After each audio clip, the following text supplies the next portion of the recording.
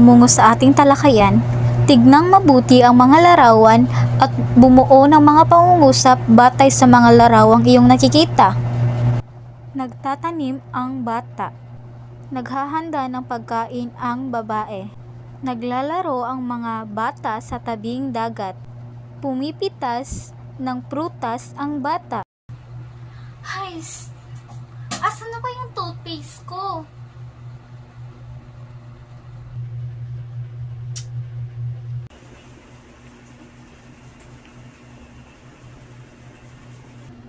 Kanina ko pa ito hinahanap eh. Paano na ako makakapag-toothbrush kung wala ito? Ay,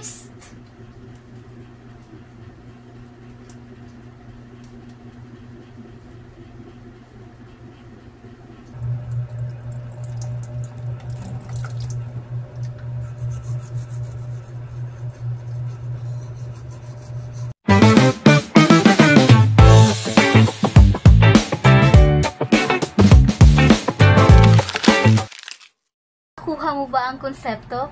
Para rin siyang TV at remote. Kung walang TV, para saan pa ang remote? At kung wala namang remote, paano nagagana ang TV mo? Parang isang pangungusap. Ang pangungusap ay hindi magiging pangungusap kapag wala ang paksa at panag-uri. Ang panag-uri at paksa ay panlahat na bahagi ng pangungusap. Kung sa Ingles, predicate at subject. Ang bawat isa sa dalawang panlahat na mga bahaging ito ay maaring buuin pa ng mga maliliit na bagay. Tinatawag din ng paksa na simuno. Napapalawak ang mga pangungusap sa maliit na bahaging ito. Ang mga pampalawak na pangungusap ay may tatlong bahagi. Una, paningit. Pangalawa, panuring pang-abay at panag-uri. Ang ikatlo naman ay ang pamuno ng kaganapan. Ngunit, ang tatalakayin lamang natin ay ang panuring pang-abay at panag-uri.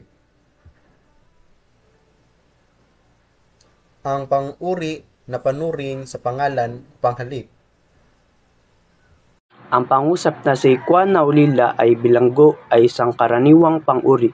Ang salitang ulila ay isang pang-uri. Ang si Juan na ulila ay dating bilanggo ay isang pariralang pang-uri.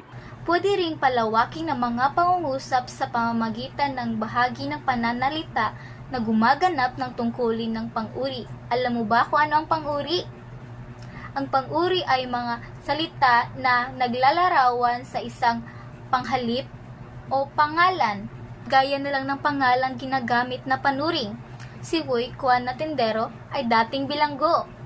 Maaring panghalip bilang panuring. Si Juan na tenderong iyon ay dating bilanggo. O pandiwang ginagamit panuring. Si Juan na tenderong iyon na sumisigaw ay dating bilanggo.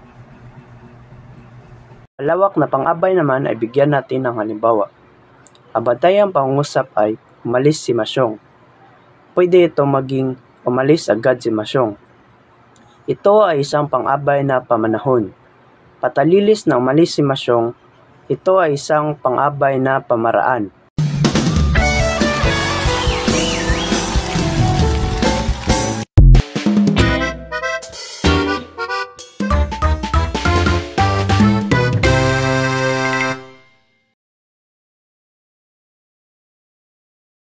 Paksa o simuno ang siyang nagsasabi kung ano o sino ang pinag-uusapan sa pangungusap. Ito ang paksa ng pangungusap. Nakikita sa pamamagitan ng panandang si, sina, at ang mga. Maaari rin itong maging panghalip. Halimbawa, ang mga bata ay masayang nagpapadulas sa palaruan. Ang paksa rito ay ang mga bata. Ang panag-uri naman ay ang bahagi ng pangungusap na magsasabi tungkol sa simuno o paksa.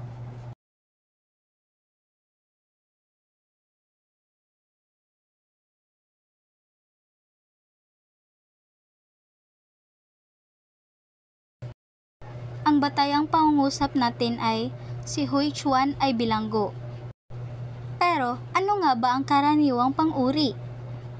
Ang karaniwang pang-uri ay ang mga pang-uring nagbibigay lamang ng tiyak na paglalarawan o katangian ng isang pangalan o panghalip nang hindi inihahambing sa iba. Halimbawa, si Huichuan na ulila ay bilanggo. Inihambing ba si Huichuan? Hindi. Pangalawa, pagpapalawak sa pamamagitan ng pariralang panuring. Ang pariralang panuring ay isang parirala, dalawa o higit pang salita na ginagamit upang magbigay detalye o paglalarawan sa isang pangalan o panghalip, sa pandiwa, pang-uri, o pang-abay. Ang ating unang pangungusap ay, si Huichuan na ulila ay dating bilanggo. Pangalawa, si Huichuan na ulila sa mga magulang ay dating bilanggo. Pangatlo, si Huichuan na ulila sa mga magulang ay dating bilanggo sa China. Pang-apat, si Huichuan na ulila sa mga magulang na mahilig magbasa ng aklat ay dating bilanggo sa China. Napansin mo ba? Mas nagiging detalyado ang mga pangungusap. Ito ay pariralang panuring. Ang pangatlong pampalawak ng pangungusap ay ang pagpapalawak sa pamamagitan ng ibang bahagi ng pananalita na gumaganap na tungkulin ng pang-uri. Letter A. Pangalang ginagamit na panuring.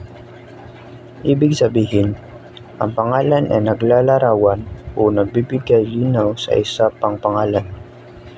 Halimbawa, si Juan na tindero ay dating bilanggo. Letter B. Panghalip na ginagamit na panuring.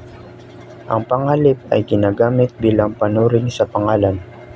Halimbawa, si Juan na tinderong iyon ay dating bilanggo. Letter C. Pandiwang ginagamit na panuring.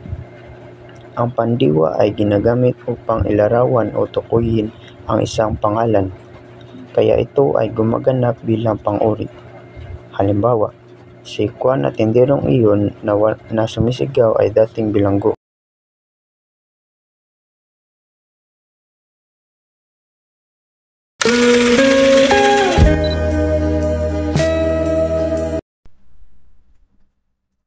Tinalakay sa aralin ang pagpapalawak ng pangungusap gamit ang iba't ibang bahagi ng pananalita na nagsisilbing panuring.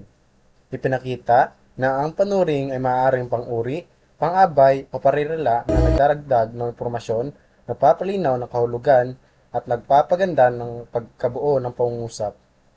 Ang pang-uri ay naglalarawan o nagbibigay turi sa pangalan o panghalip.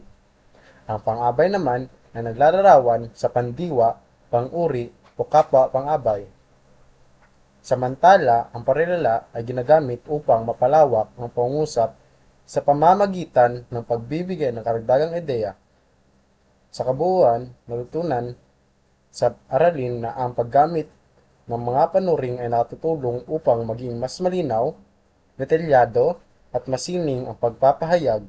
Sa tulong ng mga ito, nagiging mas buo at makulay ang bawat pangungusap at mas madaling may pahayag ang damdamin at kaisipan ng nagsasalita o nagsusulat.